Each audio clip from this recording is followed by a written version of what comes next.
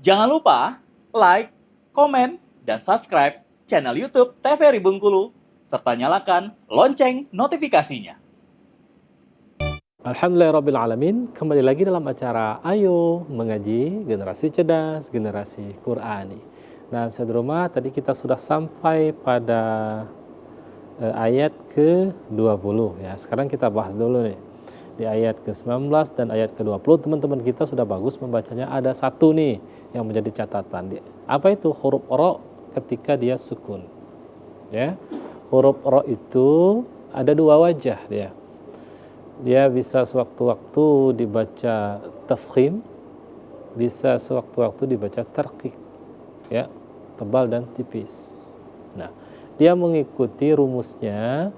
Kalau dia ada hidup ya, memiliki tanda, maka dia dibaca tebal ketika dia berharakat fathah dan dhammah. Dan dia dibaca tipis ketika dia berharakat kasrah. Maka ra ri ru ra ya, ra ri sangat tipis, ri ru. Nah, begitu juga ketika dia sukun atau mati, maka kuncinya adalah lihat huruf sebelumnya. Kalau huruf sebelumnya berharakat fathah dan dhammah, maka dibaca tebal, ardi ya, ardi. Turja'un. Ketika dia huruf sebelumnya berharakat kasrah, maka tipis, irji'i.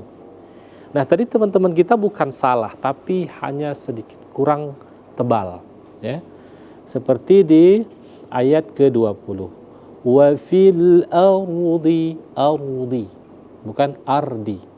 Wa fil ardi ayatul lil muqinin.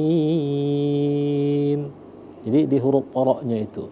Nah, satu lagi ketika ayat 19 di akhir ya. Wal mahrum ra ri ru ya, ru tebal. Lalu di ayat ke-20 wa fil ardi ardi. Jadi di apa ya, lidahnya itu dipelintir, ardi. Ra ri ru baru. Ada maka tausihnya itu ra ri ru baru. Rurani rarna minal murni marirarani ra. Jadi ketika dia, apalagi ra itu setelahnya huruf dha yang sama tebal ya, ardi, jadi harus sempurna tebalnya atau tafkhimnya. Oke, kita lanjutkan dua ayat terakhir.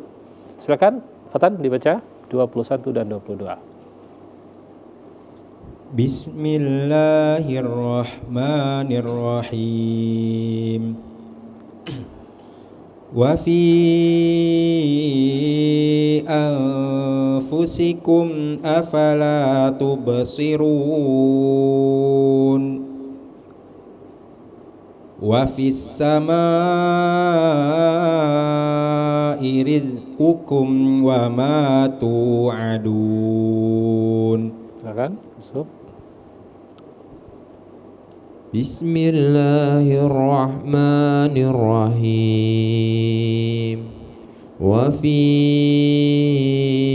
anfusikum afala tubsirun. Wa fis samaa'i rizqukum wa ma tu'adun. Silakan, Farhan. Bismillahirrahmanirrahim.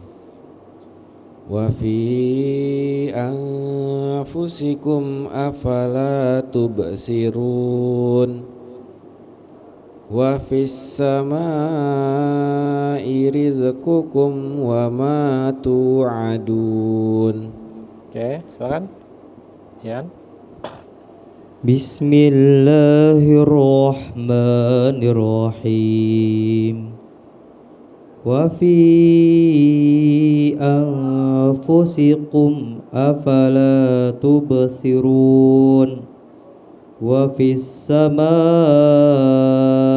rizqukum wa ma tu'adun. Oke, Eza terakhir silakan. Bismillahirrahmanirrahim.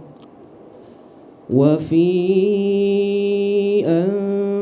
anfusikum afala tubsirun. Wa fis samai rizqukum wa ma tu'adun. Oke, baik. Sedikit penghalusan ya. Nah, coba saya minta Farhan baca di ayat ke-21. Nah, yang mana khilaf nanti perlu dihaluskan? Coba, Han dibacaan ayat 21. Bismillahirrahmanirrahim. Wa fi anfusikum afala tubsirun. Nah, ini bagus, udah benar. Tadi kurang. Nah, Eza, coba Eza lagi. Coba di ayat ke-21. Ya. Bismillahirrahmanirrahim. Wa fi anfusikum afala Nah, tubsirun. itu jadi masih kurang apa ya? Kurang, jangan sampai berhenti. Jadi sekali lewat aja. Tubsirun. Jadi di ayat ke-21 itu qalqalah sugro itu ringan kan. Kalau dia sugro kecil ya. Wa fi anfusikum afala tubsirun. Nah, itu ya. Jadi apa yang kita pelajari pada hari ini ya intinya ya qalqalah sugro ini lebih kepada qalqalah sugro ya. Qalqalah sugro itu kalau kita bertemu maka ringankan. Karena sungguh ilmu tajwid itu adalah untuk memperindah.